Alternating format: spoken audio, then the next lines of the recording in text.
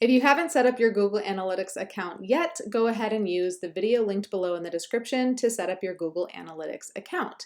Once you have that set up, you're going to grab the embed code to put it on your GetOiling site so you can start tracking data. So log into your Google Analytics. You can click Home in the top left corner and then go to Admin on the bottom left corner with the little sprocket sign. Once you click on that, it will bring you to this page on your analytics. Then in this box here, the data collection and modification, click on data streams.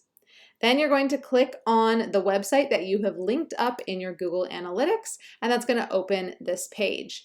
To get the code, scroll all the way down to the bottom to view tag instructions. Open up this section, and that is going to reveal the code that you will want to copy to put into your GetOiling account. So copy this code. You can easily click the little two-page symbol here and then go into your GetOiling account. Now that you're in your GetOiling account, scroll down to website, click on Customize My Site.